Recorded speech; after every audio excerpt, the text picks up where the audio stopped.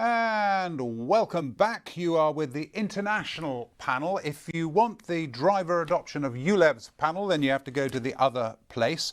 Once again, on our panel, we've already had a few questions in already, but feel free to submit your own. It's certainly not too late to do that, or indeed do it while you hear people talking and they come to me here and I can then put them directly to them. They are Iana, Julian and Frank, and before I start our conversation with them, we have recorded a few of their insights earlier in order to kind of give us a bit of a focus before we get started. So let's hear first those insights.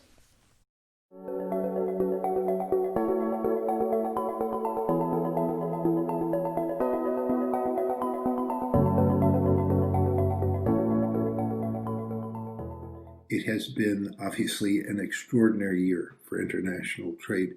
Trade patterns have changed dramatically. We're looking at new ways of sourcing materials around the world in the light of the effect of coronavirus, a drastic world recession.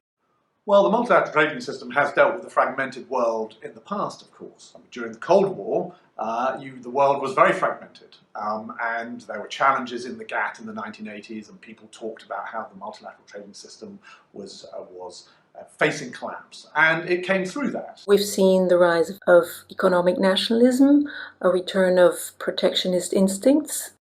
It has led to a realization that companies and countries have been tremendously dependent on China for a variety of critical materials, which in turn has now led those companies and countries to look to diversify their source of supply. The EU does not want the UK to depart significantly from sort of the general price structure the EU regulatory system has created, making obviously this negotiation particularly challenging. So the UK has just taken back its independent seat in the World Trade Organization when we left the European Union on the 31st of January. And there's a G7 economy with ministers who are really committed to the global trading system and prepared to really engage in the WTO. We're in a good position.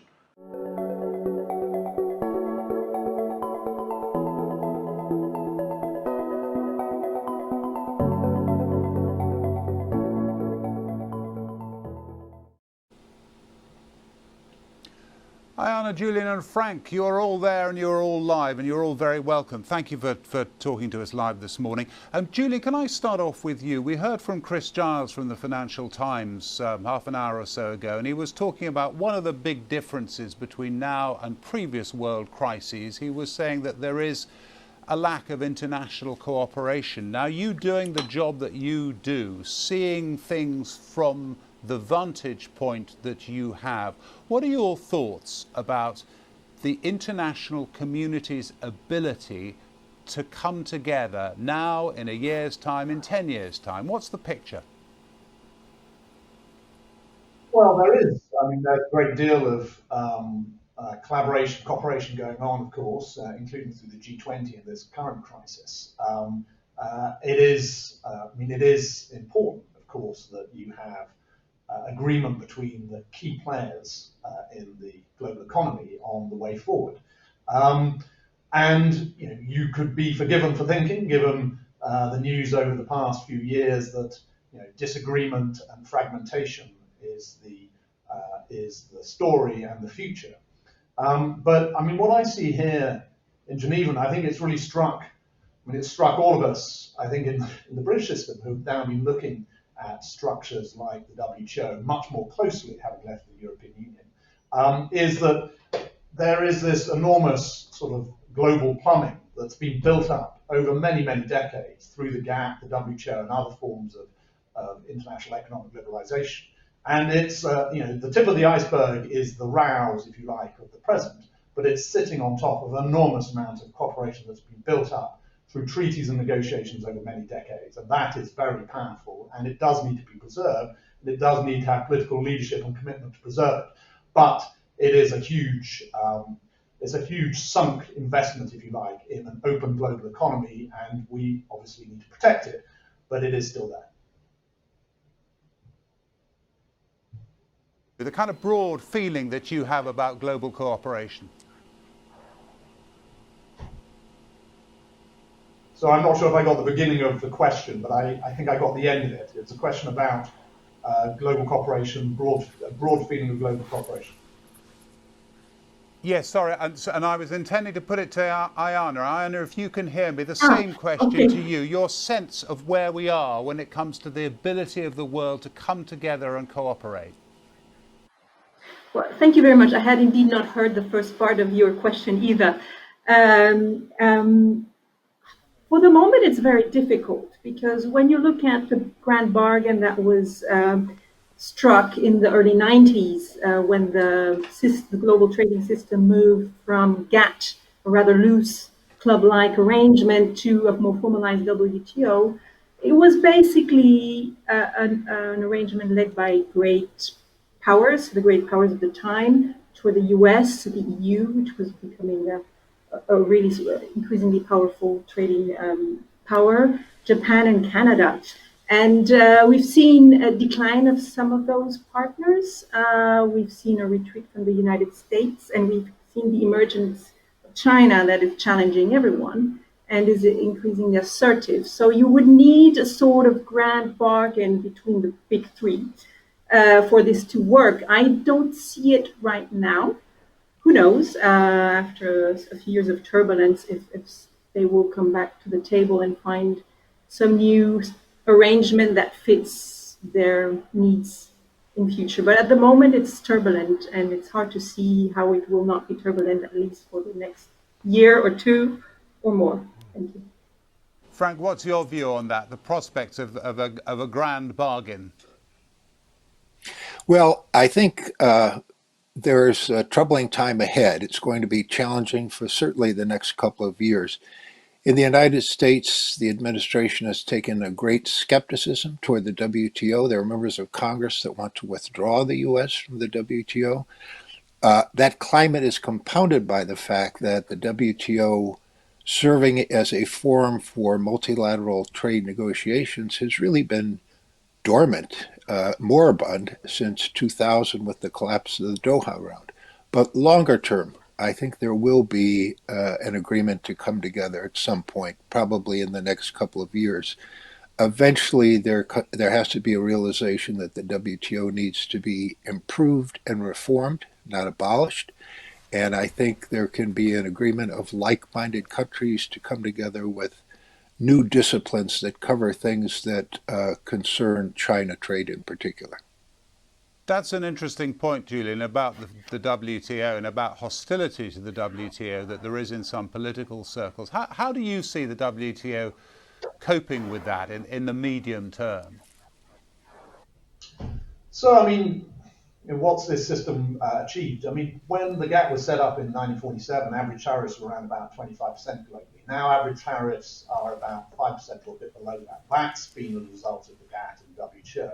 What the WTO has done, and its big success, and it's sometimes really not recognized for this, is WTO has extended those rules from about 80 or so countries back in 1995 to over 160 today. So it's really expanded this global trading system. And that's been a huge achievement. It included China joining in 2001. And when China joined in 2001, it wasn't the global trading power that it is today. And that change has been the big tension at the heart of the WTO. And the US are right to point out concerns about state-owned enterprises, industrial subsidies, forced technology transfer, and the fact that the WTO system was a system designed on open markets and open market principles. And it's finding it difficult to deal with a global trading system in which the largest global trading player is basically state-run. And the US are right to say the rules need to be adapted to that, and this needs to be addressed in order to ensure that the system, which is predicated on an open market economy, and open market economies of its members, can function fairly. What's the UK's role, Julian, in kind of getting us to where we need to be? So, I mean, the UK, we're not the EU, we're not the US, we're not China. But I think the UK as a G7 economy that's just come back into the WTO to play a role in its own right. I mean, we will be focused on working with those countries who are the sort of the key citizens of the global trading system, whether it's the Canadas, the Australias, Japan, Colombia, countries across the system who are, if you like, friends of the system. I think that's the role that we're going to want to play, defending the principles of a global trading system and the benefits that we all get from a system of rules and a system that promotes liberalisation. And I have the great advantage of Britain's permanent representative of the WTO is that I have cabinet ministers who are sort of queuing up to get involved in this. That's not true of every major WTO member. Political will is the missing ingredient in this system. And I have ministers who are really keen to inject some of that into this. And that's going to be very important as we select the next Director General of the WTO, a process that's just begun. And the UK is going to be playing a very active role in getting a Director General who has political clout, who has trade credibility, and who also believes in trade liberalisation, who can help lead this organisation out of the impasse that it's in at the moment and back into a central role in the global economy. Iana, let me ask you a specific question, something else we heard from Chris Giles, but it's a pretty obvious point. It's something that everyone watching this knows perfectly well. We are in a very delicate stage of our talks with the EU about what happens after the transition period, and specifically whether there is or there is not a trade deal. We were hearing from Chris, actually. He was sounding quite optimistic. He was saying he thought things were going better than perhaps he had expected them to go. What's your take on what's happening behind the scenes? My impression too is that there is political will to get to a deal. What you need to look at is what will be the content of the deal. So we are clearly moving to an agreement that is pretty hard in terms of the degree of regulatory divergence there will be with the UK, at least over time, with the potential threat of tariffs actually kicking in again, which could actually affect some sectors where tariffs play already traditionally a role, such as agriculture, perhaps auto. I mean, it's too early to say, but we are moving towards a much more friction-intensive bilateral trading relationship. What we're moving towards, at least it's something that is at least planned and structured with potentially phase-in periods, grace periods, but we're moving to a very different type of relationship, far away from sort of single market. So, Iana, on that point, can I put you a question that someone watching has put in? David Power from the Allied Vehicles Group, who says Brexit's still far and away the biggest foreseeable threat to our export business. When do you think is the most likely outcome of the EU-UK trade talks going to be known? So is it going to be down to the last moment? Is it something we are going to know ahead of that? And what percentage chance, I'm tempting you here to go into territory you might not want to, but still, David, what Donald wants you to, what percentage chance would you give for a no tariff, no quota free trade agreement that is reached before January? What do you think, Iana? Well, traditionally, the hard bargains are negotiated at the very last minute. So the very tough, politically sensitive questions will be resolved at the last minute. And what I know from trade, more liberalization negotiations, we need to know that this is a reverse. This is a trade deliberalization exercise, what we're hearing. So it's new for everyone. But we know the politics are always like that, and there's always a form of brinkmanship, and generally the most important decisions are taken at the last minute with a lot of fudge and fuzziness. So sometimes some technical aspects, which are not only technical, are often left also beyond the deal. I do expect continued uncertainty until the very last minute. Tariff-free, quota-free, will we have an arrangement that is tariff-free, quota-free on 1st of January. The EU position, I think, is clear, and what we've heard in terms of the potential compromises that are being set out, it is conditioned on this level playing field issue. So the UK continuing to follow core single market rules for the EU, especially on state aid, but also on labor and environment. So a lot of that will depend on how far the UK will want to accept some norms or not. And the UK has already accepted the principle a trade agreement. Iana, I'll come back to you in a second. We're also meant to be having a trade agreement with the United States, aren't we, Frank? Tell us about the auto implications of what potential discussions there are. Well, the discussions actually have started, haven't they? Tell us about the auto implications and what is possible and what is likely. Well, I think there is a big emphasis on the auto sector to begin with. We have some prior experience with the new NAFTA agreement, the U.S.-Mexico-Canada agreement, USMCA, which changed the rules of origin in the automobile industry. I would expect that the U.S. will take a position that tries to comport with what the USMCA did on automobile trade. Remember, we are still going forward, U.S. and the U.K., on negotiating a free trade agreement. We've just had the second round. We're covering a lot of different areas, but I think there is progress being made, more so than with respect to the U.S. and the EU, where things are a little bit slower in that respect. But things are still moving forward with the U.S. and the U.K. What are the opportunities for the auto sector in the U.S. if a deal is done, Frank? Well, I think one of the opportunities is a phrase called regulatory coherence, which means that a lot of the standards, non-tariff barriers, administrative regulatory rulings would be much more uniform between the two countries. I think if you can come up with some common standards and a common regulatory regime, set aside the tariffs, I think those non-tariff barriers, and that's what they are when you have different regulations in place and different standards, can offer a great opportunity for the automotive sector in terms of improved market access. Another question we've had from Eugene Harkins from Liberty Engineering Group, who asked, post-COVID, post-Brexit, do the panel expect Britain to remain the world's 5th largest economy? And if not, what do they expect to be the underlying fundamentals that result in a change in its ranking? That's one to put to you, Julian. So I think it'll all depend on, the fundamentals of the economy. It'll depend on building on the strengths that the economy has. I mean, I wanted to just come back to this point about the UK's trading system with Europe and with the United States.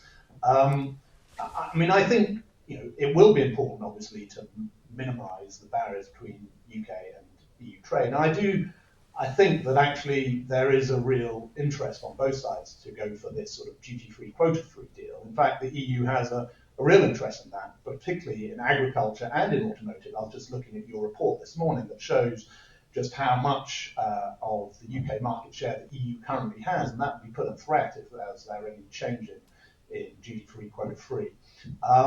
The UK obviously has a real interest in what I think Frank described as regulatory coherence with the EU. Yes, we do want to be able to minimise the non-tariff barriers. We don't believe a mechanism of legal enforcement based on another party's court is the way to do that. And the US has reached regulatory coherence deals with its neighbours, including in the automotive sector, that's been very successful.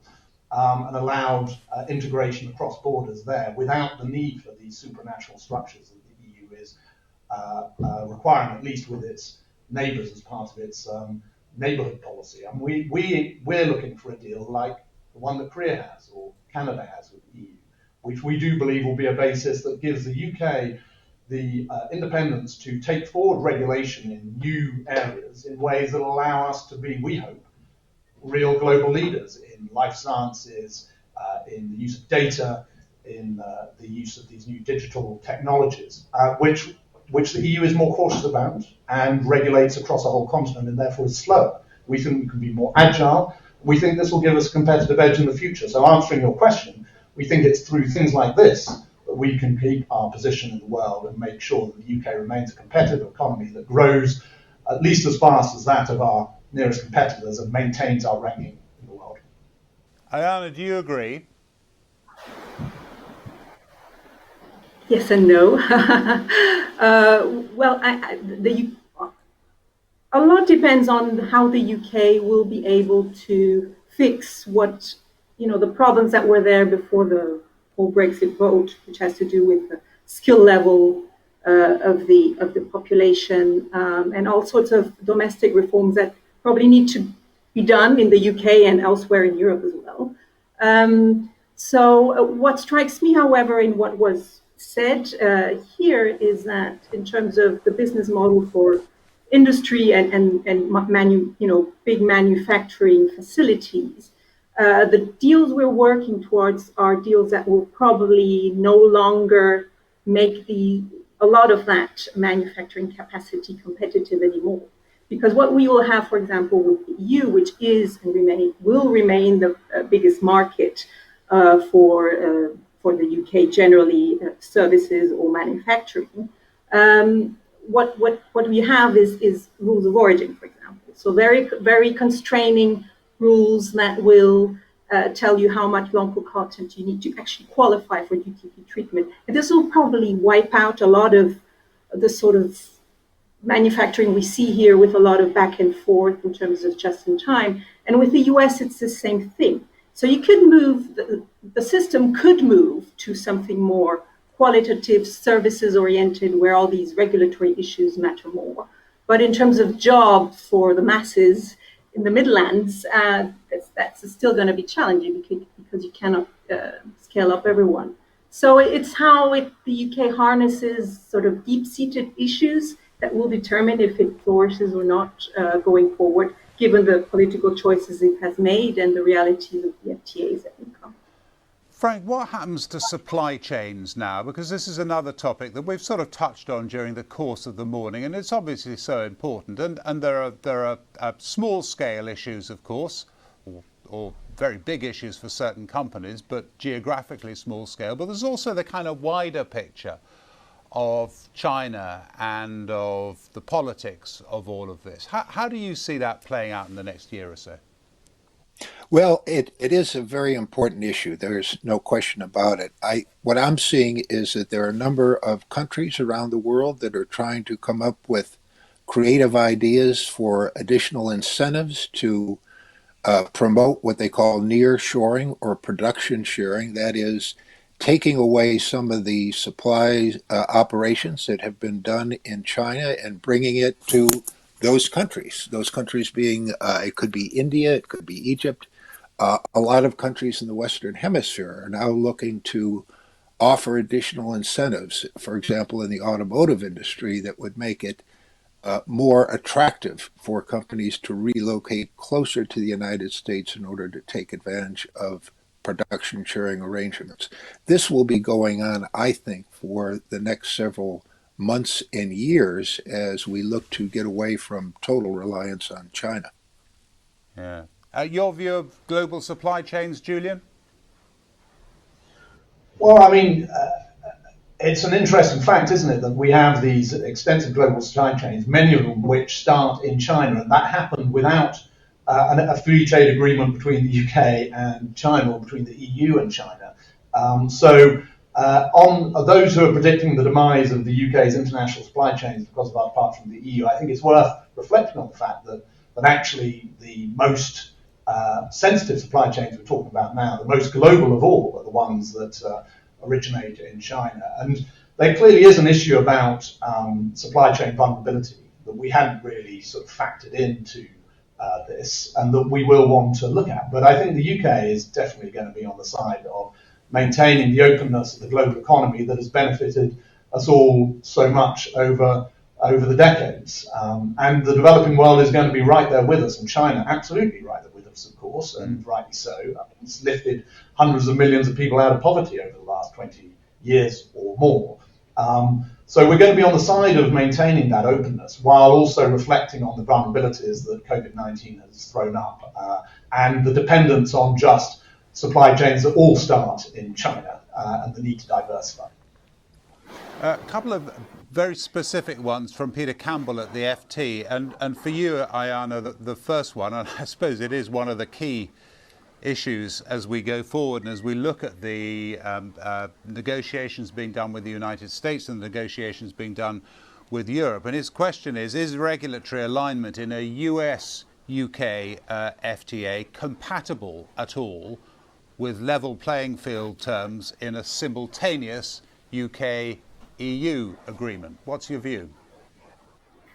There is no ballpark yes or no, black and white answer to this question. There's some level playing field issues where this will not play at all. I mean, having a robust, for example, the state aid system, whatever, one could think the EU is a bit overbearing, but, that's not the kind of issue that will, what I know from US trade policy, I don't think that's the kind of issue that is a problem. It has to do more when it's about binary choices that have to do with, specific standards like the food system or things like that, where there could be friction. But that's more on specific issues. And even there, one can find ways of making things compatible. It's just a potential duplication of production processes for businesses in the end, if they want to sell to one market or the other. So it's not a yes or no answer. It depends answer, and one has to look at specific sectors. And I think in particular, it's more the agriculture and food sector that is concerned. And just very briefly for Frank, also a question from Peter Campbell. Are there really benefits for UK Auto in having a deal with the United States, given we already export luxury brands to the US and actually a lot of less luxury brands, frankly, they're probably not compatible, not probably going to work for them. What is then the benefit? Well, I think the benefit is primarily in the area of non-tariff barriers, what I mentioned before in terms of regulatory coherence. If you can come up with a system that eliminates a lot of the bureaucratic differences between the markets in the US and the UK and the hurdles that are necessary in order to get market access by creating uniform sets of regulations, that alone makes the agreement worthwhile for the UK automotive sector. Okay, Frank, thank you very much. Thank you very much to all of you, to Julian and Iana as well.